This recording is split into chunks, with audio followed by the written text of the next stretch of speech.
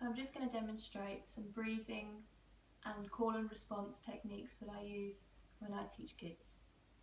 I'm going to start with finger breathing. You take one hand and face it palm towards you, and then you take the opposite index finger. As you inhale, you trace up one finger. As you exhale, down the finger. Inhale up the next finger, exhale, down the finger. And you do this for the entire hand. You can then invite the children to go back the other way. If the children wish, they can close their eyes if it helps them to concentrate. And for the older children, I'd then invite them to repeat on the opposite hand. The next one is called chest belly breathing, placing one hand on the chest and one hand on the belly. At this point, if the students want, they can close their eyes.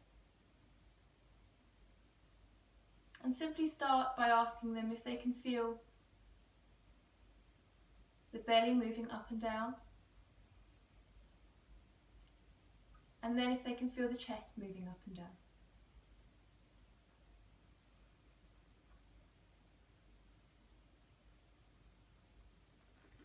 The next one is using a prop. You can buy this online. It's called a Hoberman sphere, but I call it the breathing ball. You can either do this in a circle or just in front of a class. And now you as the teacher can either hold the ball and the class can follow. As you expand the ball, you breathe in. As you contract the ball, you breathe out. Breathing in and breathing out.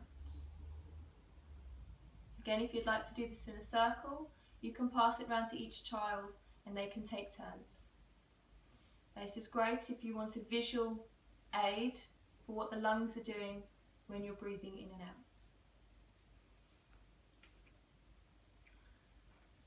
The next are call and response practices that I use with the children.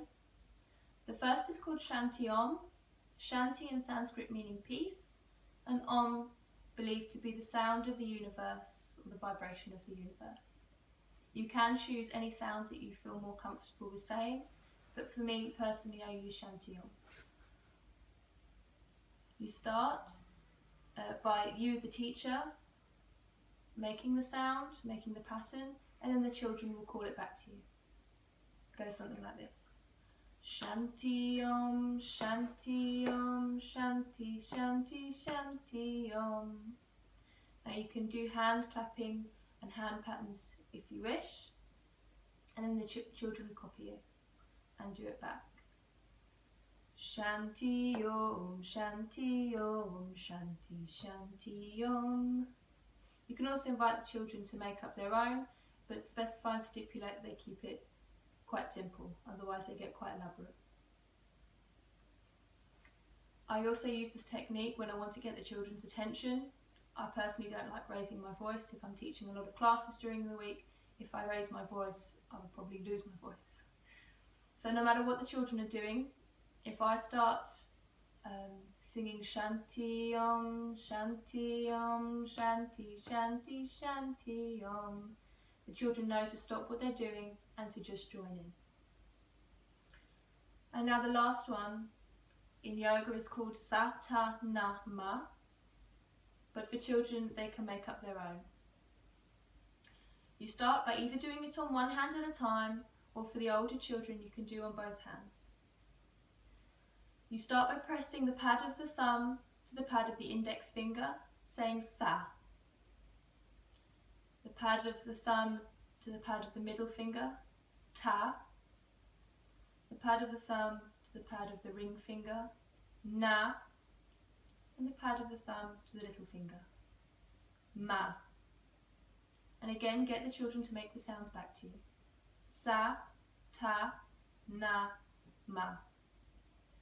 At this point, you can ask the children if they'd like to make up their own 4-syllable mantra.